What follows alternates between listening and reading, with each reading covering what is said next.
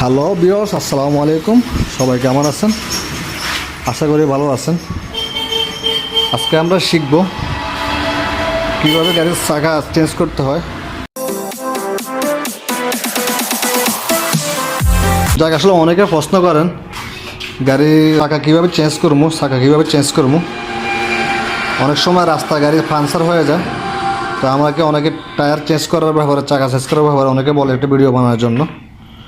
তো প্রথমত গাড়ির সামনের চাকা যদি খোলেন, আপনি সামনের চাকা যদি চেঞ্জ করেন, তাহলে পিসের চাকা দেখেন এ ধরনের 2 পিস ইটা দিয়ে পিসের চাকাটা টোকান করে রাখতে হবে, যদি গাড়িটা 8 পিস না হয় এভাবে। যদি সামনের চাকা চেঞ্জ করেন, আপনি পিসের চাকাটা এভাবে ইট দিয়ে করে রাখতে হবে, যেহেতু গাড়িটা 8 পিস না হয়। আর এটা যেহেতু অটোমেটিক গিয়ার পার্কিংয়ে রাখবেন। পার্কিংয়ে রাখলে গাড়িটার 8 পিস হবে না। চাকা খোলার জন্য এই হুল রেসটা সব অবগত আছেন, হলো হুল রেস যখন আপনি টায়ারটা খুলবেন, আগে যেটা বলছি পিসের চাকা আপনি বড় সাইডে ইট দিয়ে রাখতে হবে, যেহেতু গাড়িটা 8 পিস না হয়, ইট দিয়ে যোগান দিয়ে রাখতে হবে। আর আপনি যখন সামনের চাকাটা খুলবেন, আপনার বল্টুগুলো ডাইন পাশে টাইট হবে, বাম পাশে লুজ হবে। ডাইন পাশে টাইট হবে, বাম পাশে লুজ হওয়ার সময় আমাকে অবশ্যই বামে হুল রেসটা এভাবে ইউজ করতে হবে করে আরামসে। এখানে ব্যালেন্স রাখতে হবে আপনার হাতের। আবার দেখেন এখানে ব্যালেন্স রাখতে হবে। ব্যালেন্স রেখে এই বাম দিকে 4 দিকের চাকা ঘুরবে। আর যদি এভাবে আর যদি কষ্ট হয়, আপনি জাস্ট এখানে একটু হালকা পা দিয়ে প্রেশার দিলে হবে, কিন্তু আগে হুল রেসটা ভালোভাবে আটকাতে হবে। দেখেন আরামসে। আবার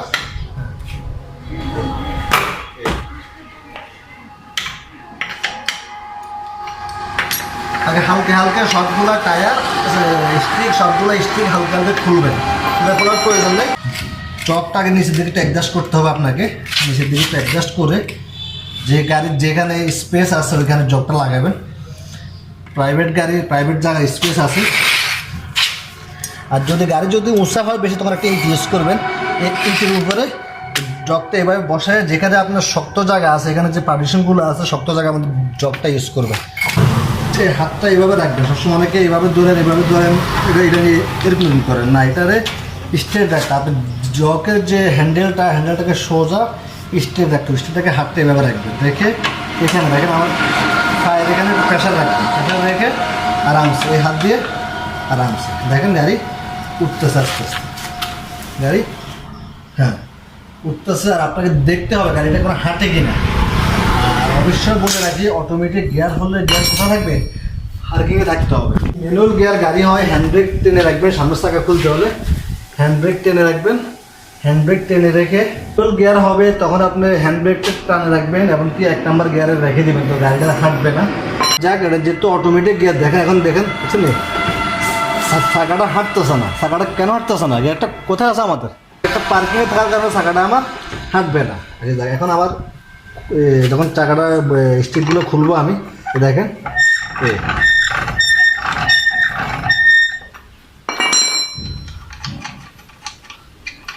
আরামসে এই কর্নার খুলতে হবে আপনাকে।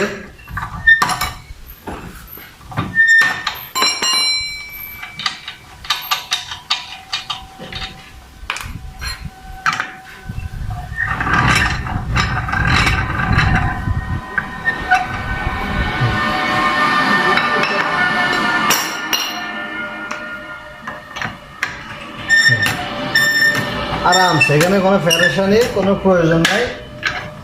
এটা হলো যখন আপনি স্পেয়ার এই জায়গাটার সমস্যা হয়েছে, স্পেয়ার টায়ারটা এখানে ফিটিং করবেন, তখন এটা খোলার সাথে সাথে এভাবে হাত দিতে হবে।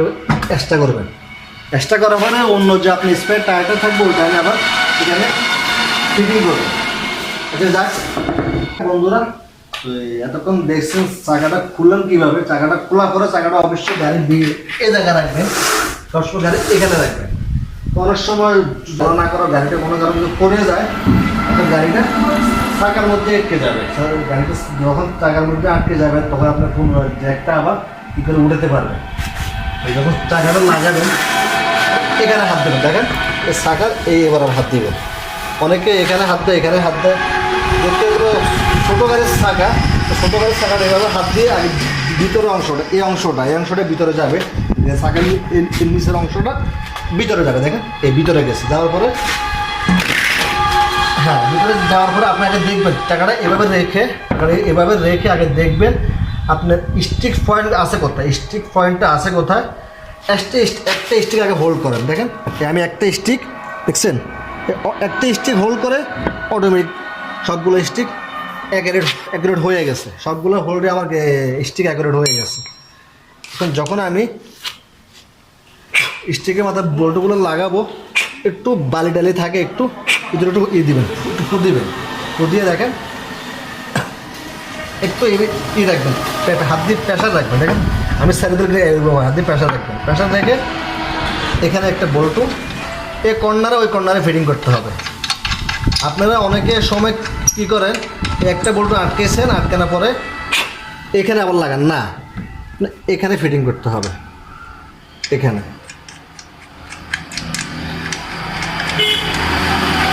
মোটামুটি হাতে ফিটিং করার পরে দুইটা হোল্ড এখানে থাকুক, কোনো সমস্যা নেই। আপনি আগে এটা আগে মোটামুটি টাইট করে নেন, মোটামুটি হালকা হাতের উপরে। আসলে ভিউয়ার্স এখানে মেন রোডের সাথের কারণে বাইরে অনেক আওয়াজ আসে, আপনারা বুঝে নেবেন। আর যখন আমি এই দুইটা হোল্ড আমি আটকাবো, দেখেন এটা মোটামুটি আমাকে হাতের আগে একটু হালকা টাইট দিয়ে নিই। দেখেন এটাও হ্যাঁ ইজি করবে। দেখেন দেখেন হ্যাঁ দেখেন। এখন আপনি দুইটা বল্টু আরামসে আটকাতে পারেন। একটু যে স্টিকগুলো আছে বল্টুগুলো এগুলো ফিটিং করবো।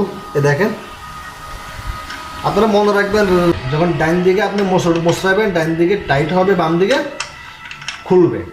তো আমি ডাইন দিকে দিতেছি, এখন ডানে আপনার যে গাড়িতে যেখানে ডাইন হাতে টাইট হবে, বাম হাতে খুলবে। চাকার বল্টুগুলো স্টিকগুলো খুলবে, চাকার বল্টু না যে কোনো বল্টু আপনার ডান দিকে টাইট হবে, বাম দিকে খুলবে। তো দেখেন আমি আবার পুনরায় এটা স্থাপন করতেছি। হ্যাঁ যেহেতু আমার হাতে পারতেছে, আমি হোল্ডার্স লাগানোর প্রয়োজন নেই। হ্যাঁ এই দেখেন এবার আমি যে দুটো পরে ইউজ করছি হাতের উপরে,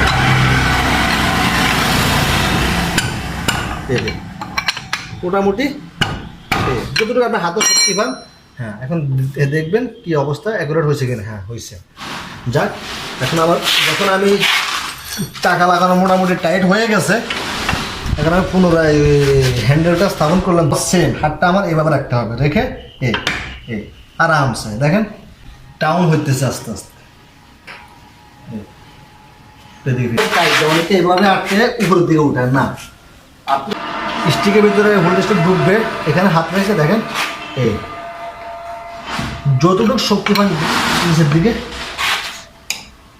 হ্যাঁ এই কর্নার টু এই কর্নার আবার আপনি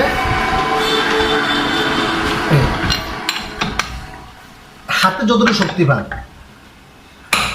হ্যাঁ এইভাবে টাইট হবে। আবার অনেকে এভাবে আটকে এরকম করে, পা দিয়ে টাইট দেন না, পা দিয়ে কখনো টাইট দিয়ে ইউজ করবেন না, হাতে টাইট দিবেন। যতটুকু হাতে শক্তি পান হাতে টাইট দিবেন। যাক বন্ধুরা, আজকে পর্যন্ত আমাদের চাকা কীভাবে খুলবেন, কীভাবে চাকা চেঞ্জ করবেন। আবারও বলি, যখন সামনের চাকা আপনি খুলবেন, পিছের চাকাটা ইট দিয়ে যেখানে গাড়িটা পার্কিং করা থাকবে ইট দিয়ে আটকে রাখতে হবে, যেহেতু গাড়িটা আট পিস না হয়। জগটা যখন উঠাবেন, জগটা উঠালে গাড়িটা আট পিস হবে না। অটো গিয়ার পার্কিং অবস্থায় রেখে আমার জ্যাকটা উঠাতে হবে।